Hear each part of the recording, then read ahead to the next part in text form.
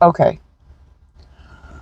what are the chances that a few days into this winter storm that just came through, I'm starting to feel a little bit proud of myself for surviving and making it through as well as I was. I don't have a traditional heater set up in here, so I was feeling pretty good. And then I find myself locked out of the van at 2 a.m. in my pajamas. Yeah, that really did happen. Um, all the doors were locked, the keys were in the ignition, and it's 21 degrees out. Now, let me back up and tell you about this. But first, I'm Dominique, and I'm a bit of a storyteller. I personally enjoy listening to how people got into the predicaments that they got into. But my videos are full of actual useful information. So if you're just here to find out what kind of setup I have that allowed me to get through this storm, then please use the timestamps. Don't just click out. Go find the information you came here for. It's there, and it's useful. Okay, back to the story. So, towards the end of January 2026, we get this nationwide warning about a winter storm that's coming through. Winter Storm Frey. And it's supposed to be record-breaking colds, record-breaking ice. Everybody is up in arms about it, but it's supposed to be hitting the South pretty hard. Now, I spent 10 years living in Michigan, so I do understand what Northerners consider a real winter. But here in Georgia, where I've lived for the last 25 years, when your temperatures start getting down to or below freezing, that is definitely considered a real winter for us.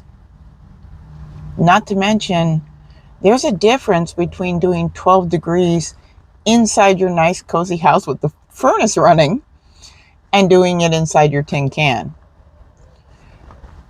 Now, this is my first winter in the van, and I don't have it set up like some sort of fancy YouTube van series. I bought it on the fly. It came nearly empty. It had been a commercial passenger van in its past life, so there is some insulation already built into this van, whatever they put into it to make it comfortable for passengers. But that's pretty much it. And the storm stayed below freezing at least until February 6th. So definitely lasted longer than the few days they had predicted. Okay, for starters, here's what I was working with. Like most people, I have Reflectix for all the windows, right? And I have blackout privacy curtains that I pull down at night.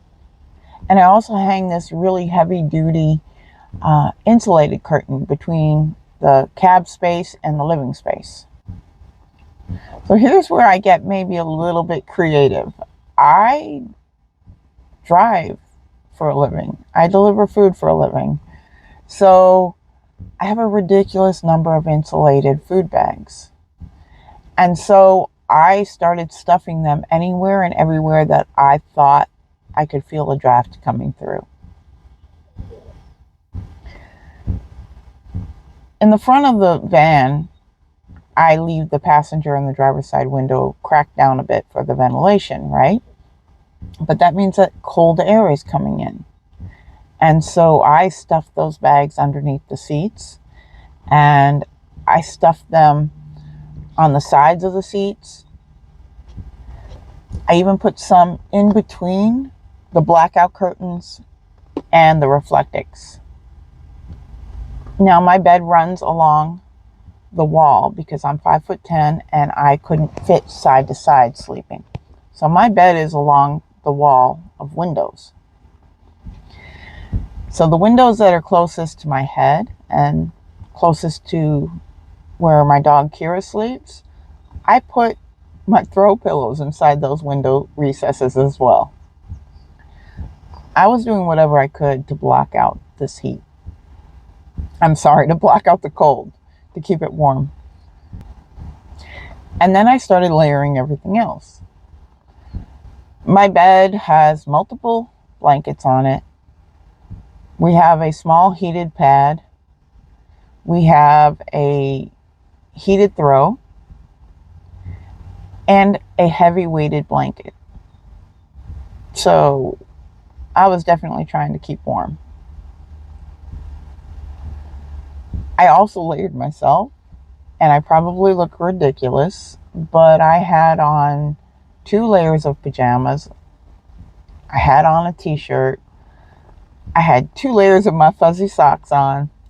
And on the first few coldest nights, I even slept in soft gloves.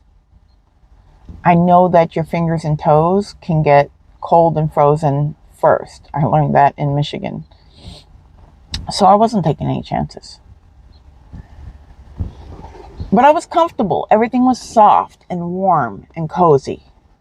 Not to mention I have 2 dogs that slept in the bed with me, so body heat, definitely underrated. It helps a lot, and we kept each other warm as we dogpiled in the bed. Now, as far as heating goes, I don't have a solar setup or any of those other things, right? I had a small desktop size heater. It's 400 watts. And so at night, before we went to sleep, I'd turn the fan on and I'd warm it up in here, and I'd turn the heater on, and it runs through my inverter. My little Blue Eddy can't handle it, but it runs through my inverter and it helps get the van warm quicker. I bought a thermometer just for this winter storm, and according to it, it was around 72 degrees, 73 degrees in here by the time I turned the van off. So when we went to sleep, it was warm. I set an alarm for 3 hours, and yeah, I did. I set an alarm because I didn't want to take any chances that I might fall asleep and not realize how cold it was in here. So I set an alarm for 3 hours. I woke up and I turned the van back on for about 15 or 20 minutes and got it back up to a nice warm temperature again. It never really got that cold in here. The lowest I saw on my thermometer was about 53 degrees. So it was a little bit uncomfortable maybe, but I wasn't unsafe in any way or that uncomfortable with all of my layers on. So I did that every night. And my sister, who was concerned, who lives in Michigan, had me messaging her every morning to make sure we hadn't turned into popsicles overnight. So everything was going great. And like I said, I was really starting to feel proud of myself. Well, several nights in, Kira wakes me up. Now that is my Weimaraner. She looks like a Doberman. She's a black Weimaraner. And she has to go to the restroom. And she'd been having stomach issues because I had been messing around with her food. And so I wasn't taking any chances. So the 3 of us go outside, and Cassie, as usual, does what she needs to do and runs right back and jumps into the van. And the van door closes behind her. And I'm not concerned because this happens all the time. At least I'm not concerned until I get to the van and realize the door is locked. It's 2:00 in the morning, and I'm standing in the Cracker Barrel parking lot, not very happy, trying to control my amount of choice words because there are other people sleeping in the area around me. But Cassie's in there all nice, fine, and cozy while Kira and I are standing outside trying to figure out what we're going to do. I was pretty sure everything was locked.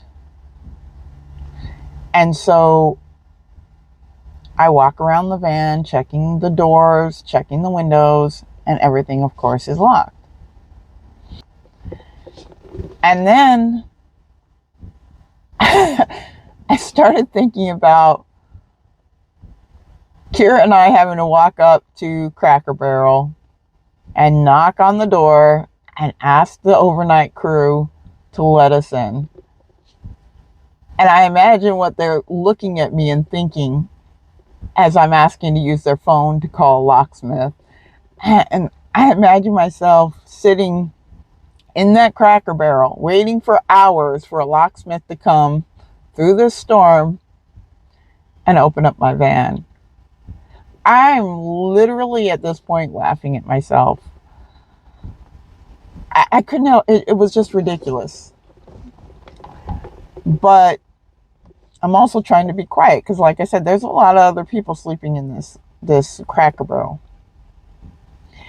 And so I calmed down for a second and I walk around the van one more time, and all of a sudden one of the windows slides up. These are sliding up and down windows that I have. So one of them slides up just enough for me to get my arm into, and it's right behind the passenger seat. Now, like I said, I'm 5'10" and I have really long arms. So I thought, oh my gosh, like I'm going to reach in and I'm going to be able to open up this door. I couldn't believe my luck, right? And I could reach the lock, but I couldn't grab it. I couldn't pull it up. It was too flush with the door jamb. So I started thinking, of course, my window opens, but it's not going to do me any good.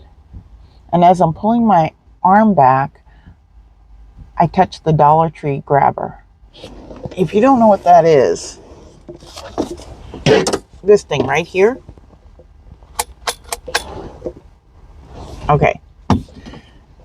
So I thought, maybe I can pull the handle open. Maybe I can unlock the lock mechanism. Well, I couldn't reach the handle, but I just started blindly smacking at the lock button. I have no idea if I'm hitting anything right, but I'm just blindly smacking the door frame, and all of a sudden I hear a click. And I can't remember the last time I was so happy to hear that sound.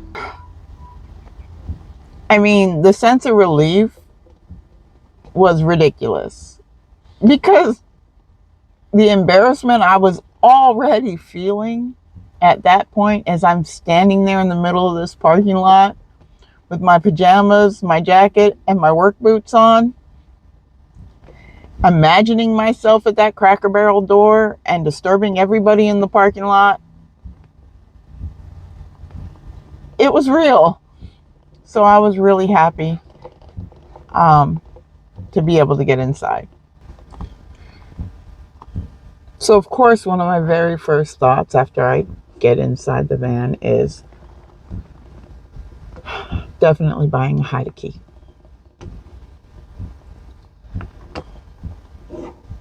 Yeah, I've been meaning to buy one since I got the van.